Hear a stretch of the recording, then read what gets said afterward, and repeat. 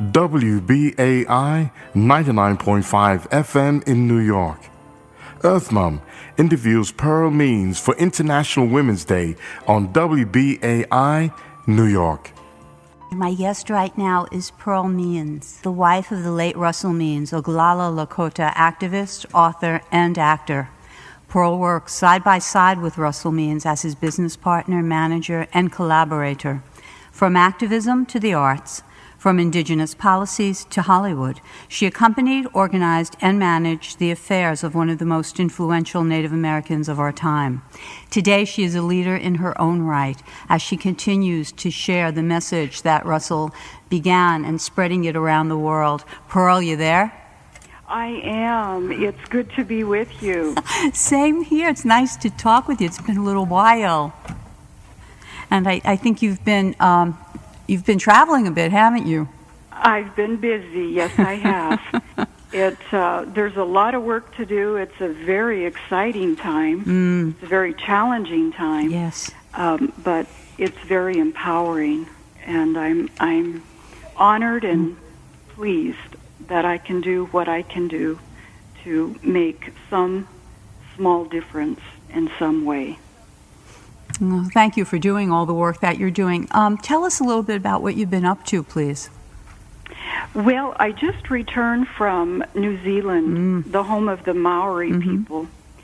And just as they had taken the lead some 30 years ago, as they found themselves losing their language, they grabbed a hold of it and created the total immersion educational systems in Maori. And today it's thriving. You can go from preschool through a 4-year university, even into a doctorate program in Maori, which was one of Russell's projects that he was not quite able to fulfill. So I'm very passionate about picking that up again and moving forward with it. But I was down there at a summit, a wellness summit. And these Maoris, all coming out of those total immersion schools some 30, 35 years ago, they're now in positions of leadership. Awesome. And to witness and to participate in that event, recognizing once again our health issues are paramount. It's identical to what we as Indigenous peoples are experiencing on Turtle Island and other parts. And they are committed and devoted to finding healthy alternatives, resolutions to these staggering statistics, from diabetes to, teenage suicide to heart disease, obesity, et cetera, et cetera. That is great. And yeah, because there have been so many restrictions here in our country on some of the native languages, haven't there? Absolutely. Yeah. It was part of the divide and conquer tactics. It was part of colonization. You have to go in, the oppressor goes in to attack the culture and in order to eliminate a distinctive people's way of life. So they do it a number of ways, all very systematically done. And our food, the food that we eat, is one of them. One of the treaty obligations was education, and because our way of life had changed, being put onto these reservation systems, it changed our whole food, our whole social environment, and the foods, the commodity foods that our people have been given as staples are high in saturated fats, high in sugars, high in sodium, et cetera, et cetera. So we really need to begin in a very proactive manner grabbing a hold of our health, our children. Yeah, and it is happening now, which is so wonderful. I was visiting South Dakota this summer, and I was talking to some people that lived in Mobridge. They lived right outside the reservation, but it was interesting. Their nearest big supermarket was like 90 miles away. And living here in the Northeast, when it's blocks away, it's kind of hard to wrap your head around that.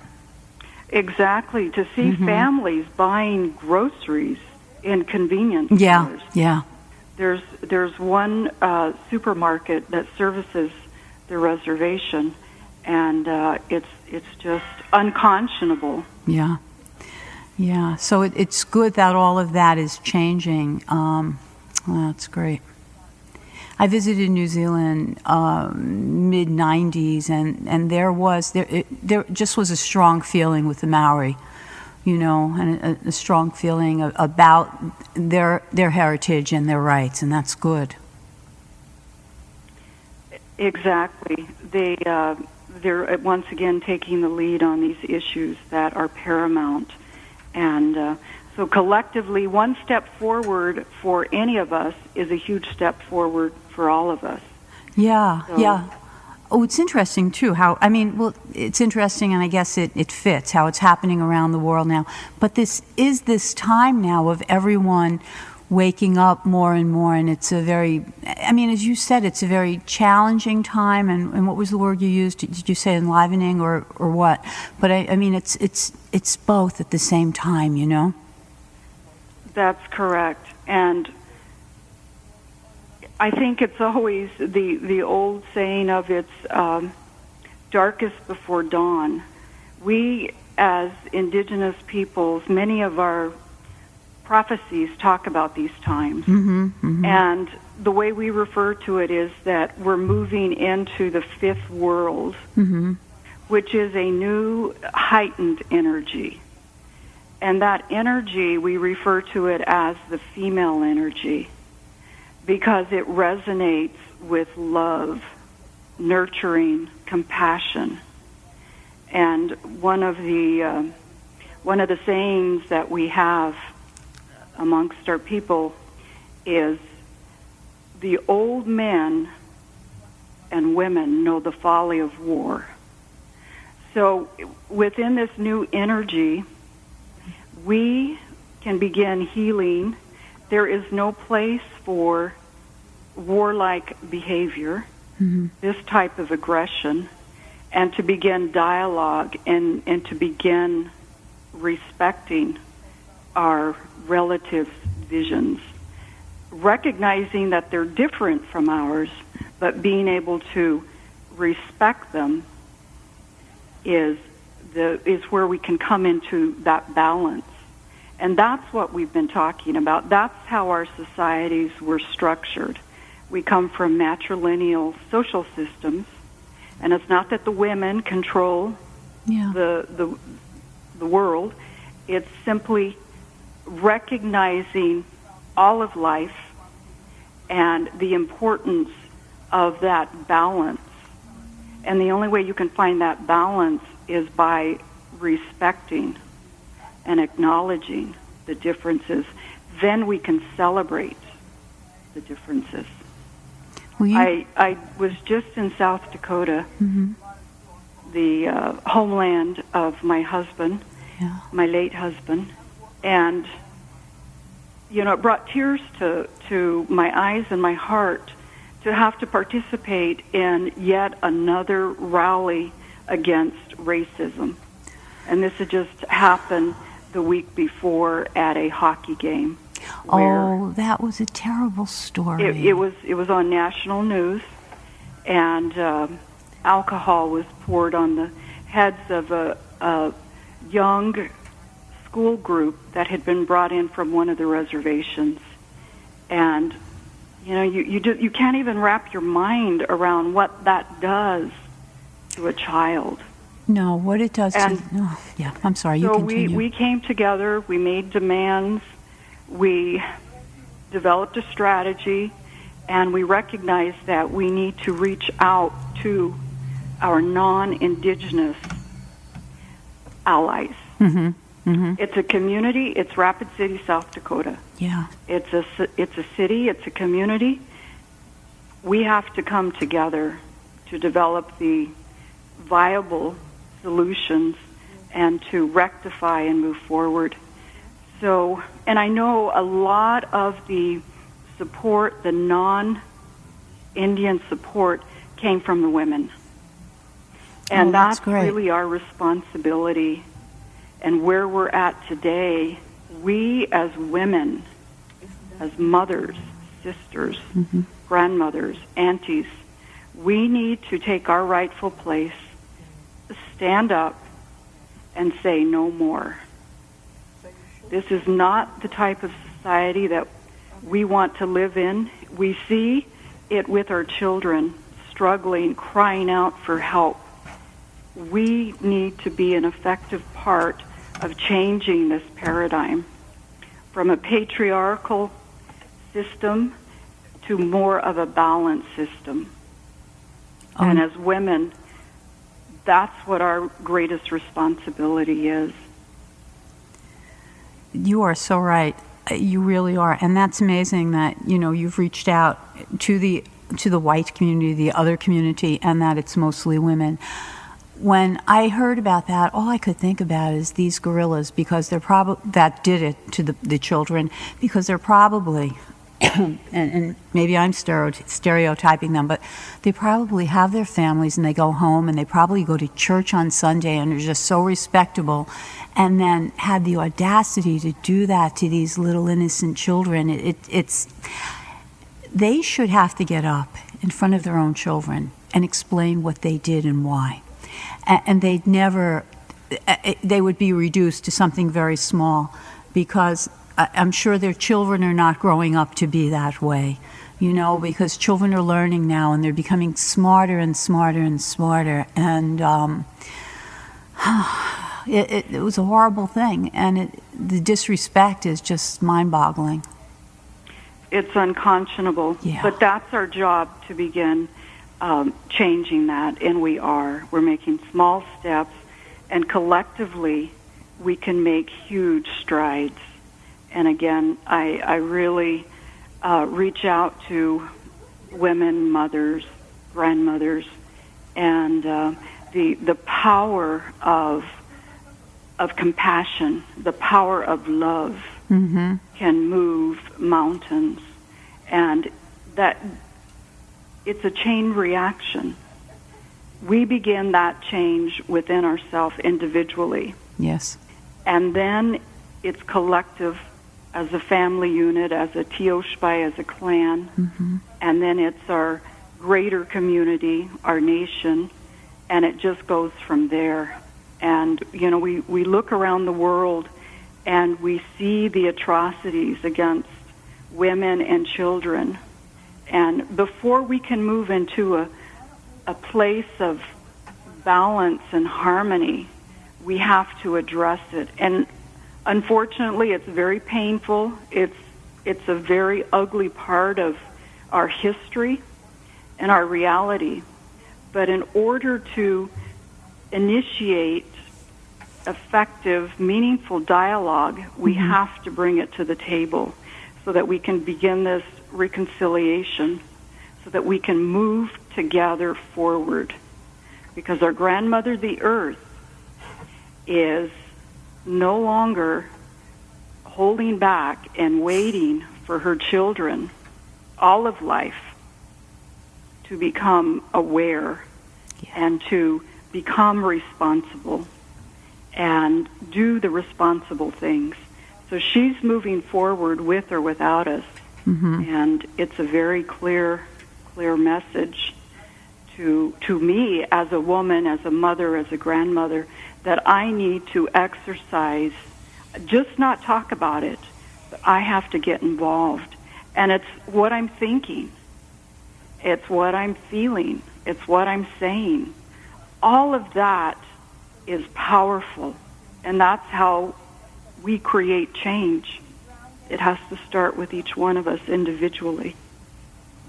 It really does. It is an inside job to start with, and then bringing it out. And it's more than clicking on something in Facebook. It's getting out and doing, and getting the message out. And it's not limited. I mean, I look up to the Indigenous people, or look to the Indigenous people, because you're close with Mother Earth, you know Mother Earth, and sort of as role models.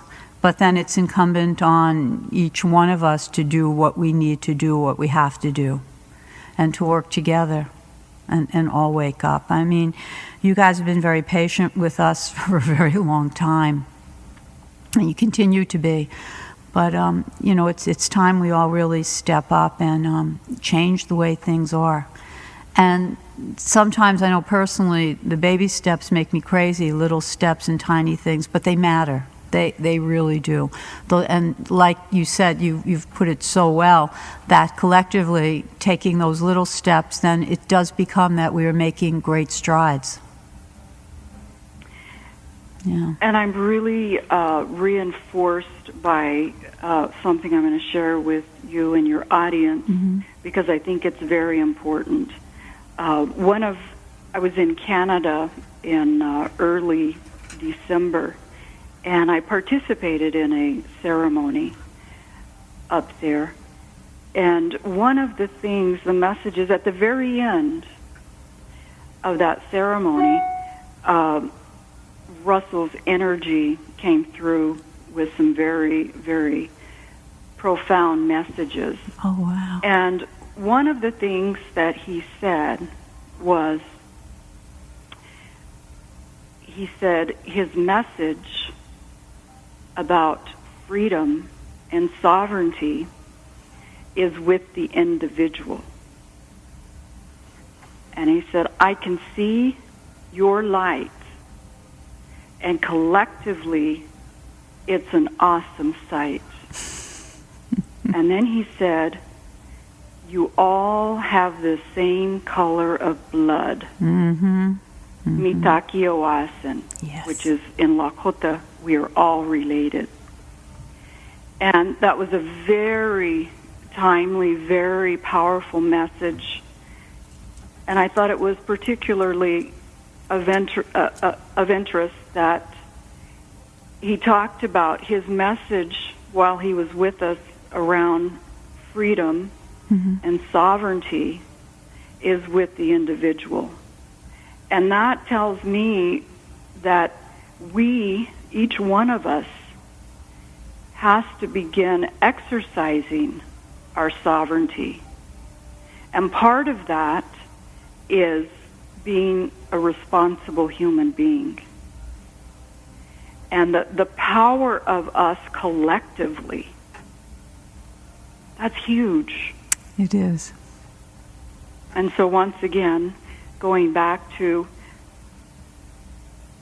I can really only control and alter myself.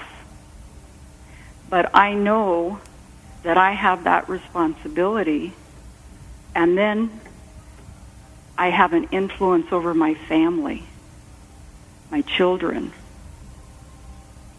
And then it goes from there and begins that ripple effect. So I find a lot of hope in that. I'm glad, because at these times we really need to hear that there is this promise, there is this spark, there is this way to change, that it is in us. Because sometimes you look around, you just see devastation and things look pretty gloomy, but the spirit inside each person, in each living thing, in each animal, in each blade of grass, you know, in the rocks, there is that spirit. There is life in it all, you know, and we just need to see it and know it's there for real. That's correct. And with that is where we can begin respecting it. Instead of feeling dominant over the rest of life that we refer to as our relatives, the green things, the mineral kingdom, you know, the four-legged, the water, the winged, all of life. When we can begin to respect, and then we can begin to celebrate, and then we can begin to move forward in a balanced reality. We have to get beyond that place of the oppressor came to us with, dominating, eliminating, creating the fear. All of those hold very negative vibrations, very heavy negative vibrations. We're no longer in that time. We're in this heightened energy that doesn't support that. And that's why we're seeing, in my belief system, all of the tragedies, the disease, and all that plagues us, because it's a wake-up call. We need to begin getting right, opening our heart, connecting the heart with the brain. That's balance.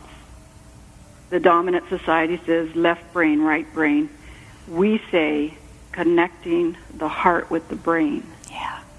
And then you can start making responsible decisions that are based on the next 7 generations at least. That's a responsible society. And those were the societies that we come from. And that's why the European was in awe and termed Turtle Island as a paradise. That's the way we lived. That's what true matrilineal social systems promote, produce. And to go back to that would be just, it would be heaven. It would be so wonderful to be able to drink water from anywhere. And when you do love and respect Mother Earth and all our relations, you don't want to kill her. You don't want to hoard seeds and make it so other people cannot use the seeds, that you have to buy them each year. I mean, the disease of America kind of is spread around the world, and now I guess all of it has to crumble.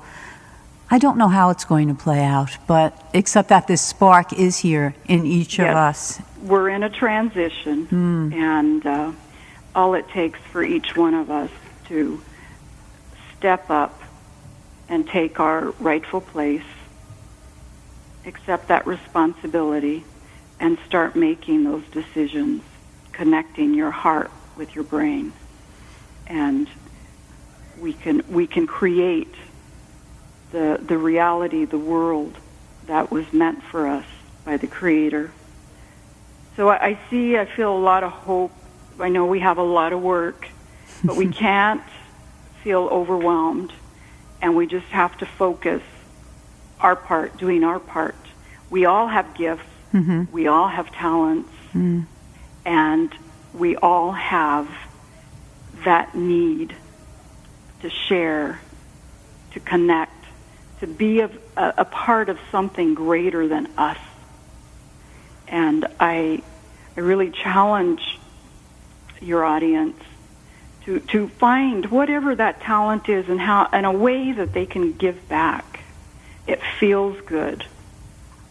It's embraced, and it's the effect that just continues to snowball and get bigger and bigger. It only takes 2 people to create change. And it takes a lot of passion. It takes some organizing and some hard work, but when your heart is there, it'll happen. Pearl, you're just wonderful, and what a great message this is. And I mean, basically, it's like, we don't need to do something monumental. It can be as small as living from your heart each day. And a friend of mine sent me a quote: think from your heart and feel from your brain. I haven't gotten around to the feel from your brain, but I know in my own life, with issues and thinking and trying to make decisions, when it's in my brain, I'm, boy, oh boy, it's like, should I stay or should I go? I'm going back and forth. When I go into my heart, I feel what to do. And then it's having the strength and the courage to do what I feel that's in my heart to do. And I think that's what I'm reminded of a piece of advice an older woman gave me years ago when I was really challenged with whatever it was I was challenged with at that point in my life. And she said to me, she said, just stop, step back, take a step back, and say to yourself, how do I feel about this? Not what do I think about it, how do I feel about it? And 99% of the time, you'll be pointed in the right direction. And then it becomes just a matter of course. You know, I had to consciously rein myself in, get out of my head, and look at that challenge, that situation in that regard. And then the more I did it, the easier it became. And now I don't even think about it. But I'm constantly thinking, how do I feel about that? And that's called trusting our power, our woman power. That's how we refer to it. And the dominant society discounts it as, you know, a woman's intuition, a feeling, you know, whatever term they use to discredit. And they've done a really good job of it as women, because we've been oppressed longer than any race of people. And so many of us have disconnected from that power. And if you can't prove it, you can't substantiate it, you can't, then it doesn't exist. It's how, right. That's all designed to disempower the female. So it's a very simple exercise. It's a way of looking at life a little differently. And when you're looking at it from the heart, there's going to be integrity, there's going to be substance, there's going to be responsibility, there's going to be that forward thinking that we certainly are in need of as we begin to change this paradigm. Pearl, I have to thank you so much. You've given us such pearls of wisdom.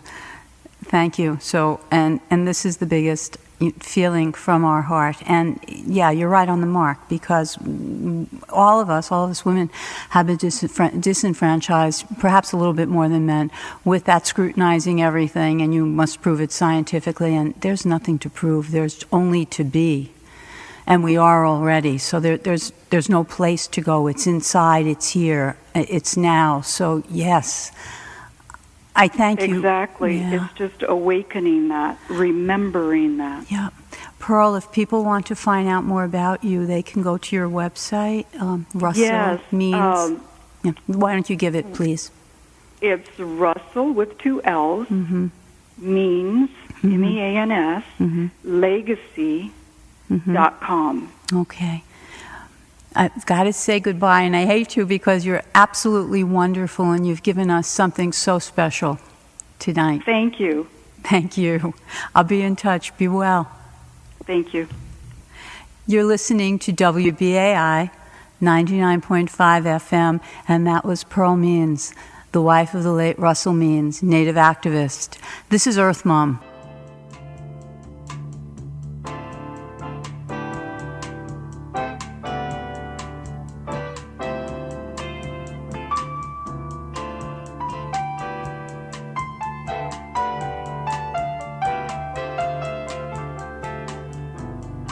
You say that once you knew for sure, now you're walking in the shore to wonder.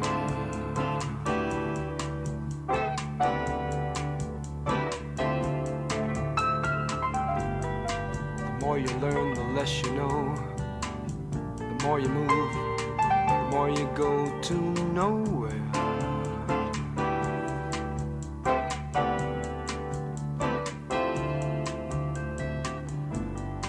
Ask a bird as she flies by.